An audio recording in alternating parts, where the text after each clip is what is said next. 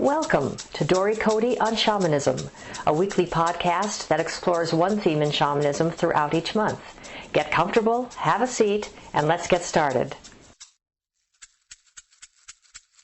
This is Dory Cote, and I am speaking to you today about omens in dreams.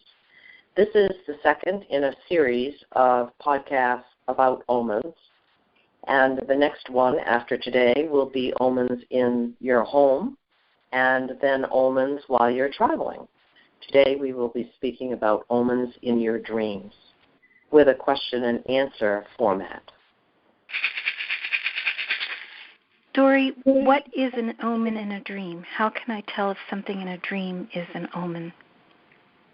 Yes, I'm really glad you're asking that question because dreams are so potent, and for some people are a way that they receive the greatest number of their messages from Spirit. And so how do we determine when something in a dream is an omen versus a vision of some kind or a message through some other means?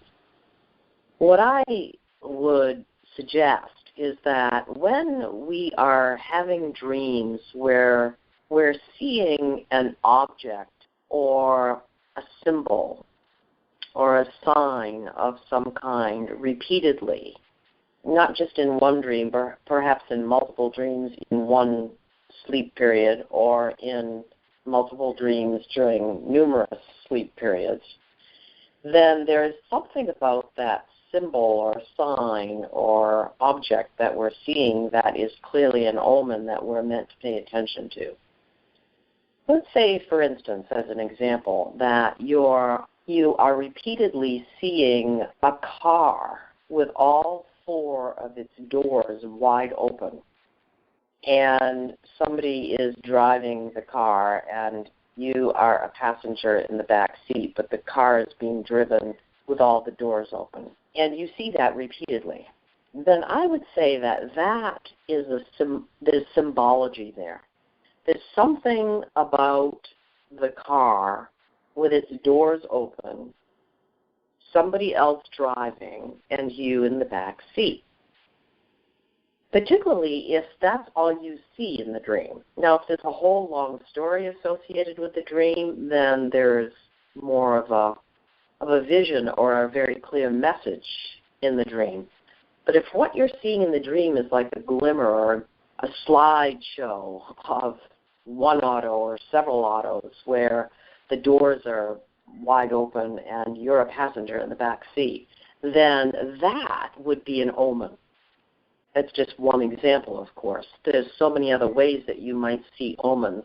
Perhaps in every dream that you have over a period of time, you're seeing an absolutely beautiful maple tree in full bloom with red leaves in the autumn and a setting sun. And there's nothing else happening in this dream. It's just that you see this beautiful scene.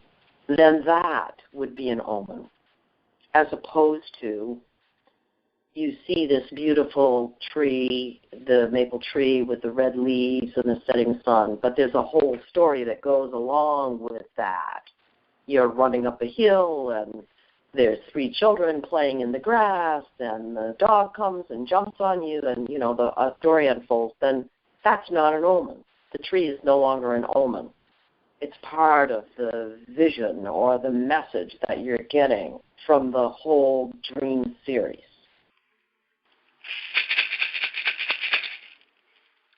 Occasionally a dream will have a different quality to it. It almost shimmers, and one wakes up not knowing what that was, but knowing that it was important. And can an entire dream be an omen? I would stay away from thinking that an entire dream is an omen. I would see an entire dream truly as more of a larger message from the spirit world about something that you need to know, or something that you need to be paying attention to, or something that you need to be working with.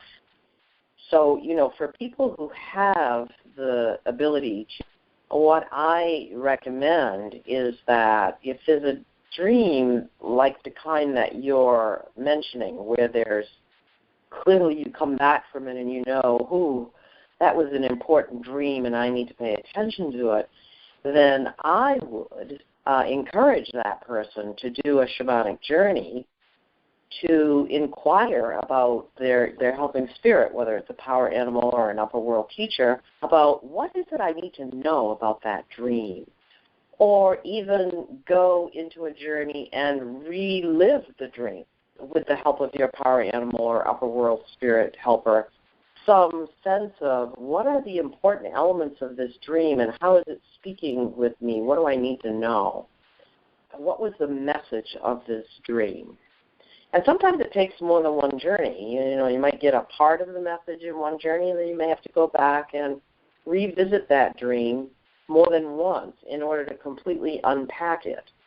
But I love dreams, and how we work with dreams in a shamanic perspective, from a shamanic perspective, is really fascinating, enlivening, educational, and provides such a depth of learning about ourselves and how spirits outside of this reality are communicating with us in our sleep time.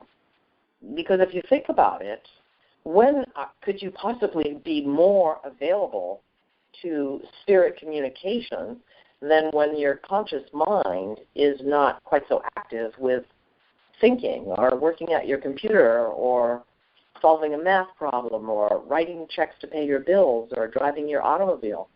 You're sleeping. Your conscious mind is in a completely different place and is much less likely to block the flow of messages coming from spirits from another reality, so from another dimension.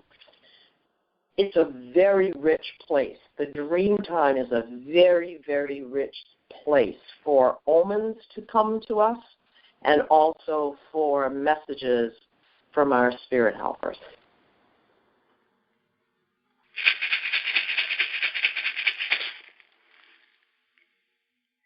Do omens come for births and deaths, and do omens come to a group of people or society about impending community events? Yes. Traditionally, our indigenous ancestors, of course, paid much greater attention to their dreams than what we do in these current times. And because they were so closely knit in a tribe or a community or a village, they often had similar dreams. And when they got together for, gathered around a fire or just to have a meal, they talked about their dreams very openly. And so it was possible for them to begin to understand that many of them were seeing the same imagery or the same omen or receiving the same message. And that, of course, multiplied their sensitivity to paying attention to that. In our times, that definitely does happen when a group of people, whether it's people in a shamanic community, a shamanic circle, or people within a family, close relatives, even in like a college community, a sorority, or a small village within a larger city, sometimes share a commonality in a dream. And it's something that should be paid attention to because it can be a message about paying attention to the fact that there is something in the water that needs some attention from everybody. Perhaps it's a good thing in the water, perhaps it's a not so good thing in the water, but it is important to pay attention to it.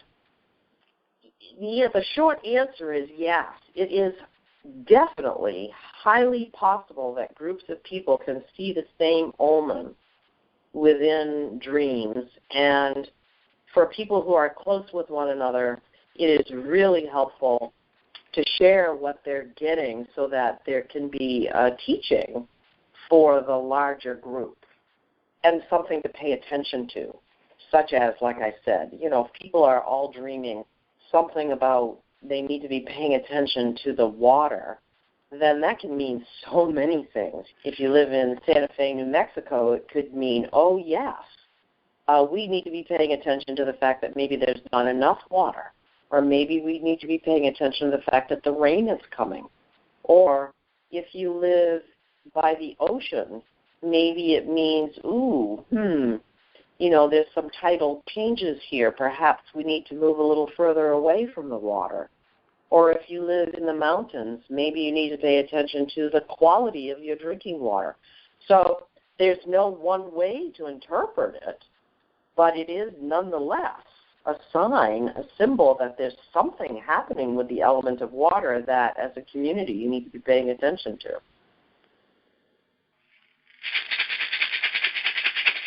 Working with an omen, is it possible then to change the direction of things? If an omen is ominous and you work with it, can you change? For instance, working with dreams, sometimes you can shift outcomes. What I would encourage people to do is go into their dream time by setting an intention before they fall asleep.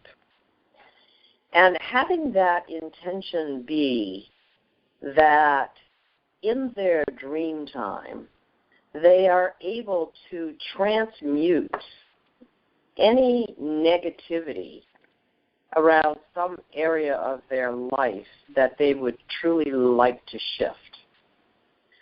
So, as an example again, let's say that you have a concern because you have been surrounded by death of late.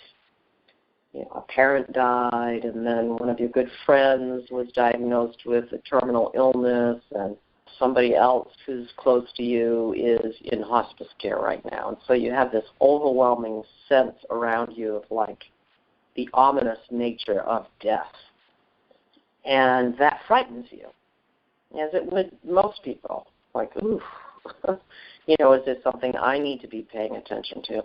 So what I would do is I would go into my dream time and say, please, I would invite all benevolent, helping spirits to come be with me in my dream time and help me transmute any negative feelings, any negative energy, any negative impression that is being left with me around the topic of death.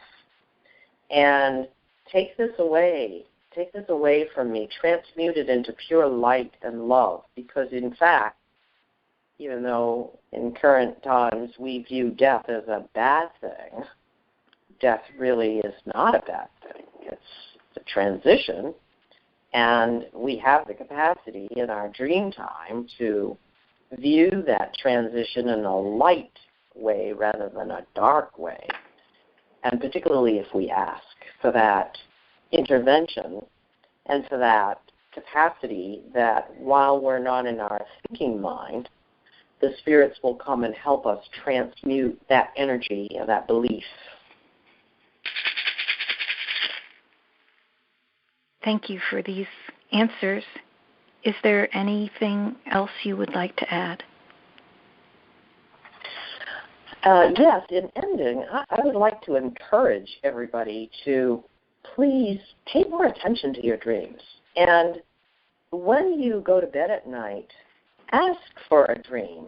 Sometimes I hear people say, oh, I don't dream. Surely you dream. You just are coming back from a dreaming state and you don't recollect it. But everybody dreams because it's impossible to not dream. So just like it's impossible to not think if you're conscious. So I would ask before going to bed, please grace me with a dream that will have some significance to me.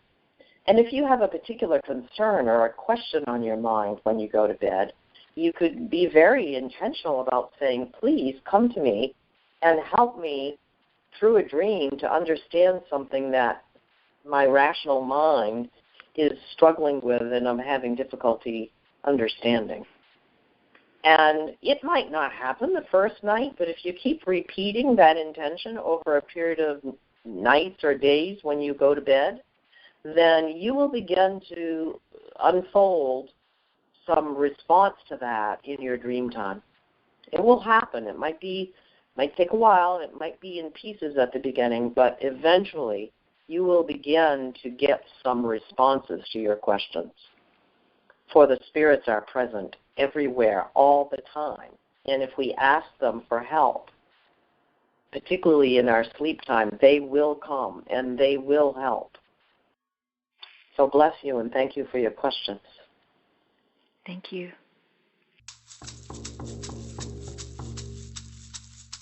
Thank you for listening to Dory Cote on Shamanism.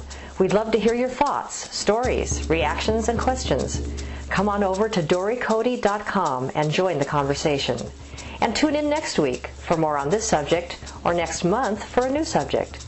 You can subscribe to this podcast in iTunes or sign up on dorycote.com to receive notices when the podcasts are posted. That's Dory, D-O-R-Y, and Cote, C-O-T-E.com. Drumming and rattling by Dory Cote and Terry Morgan. Technical assistance and audio production by JillHackett.com. And this is Susan Savelle, wishing you many blessings in your life. We hope to have you join us next time.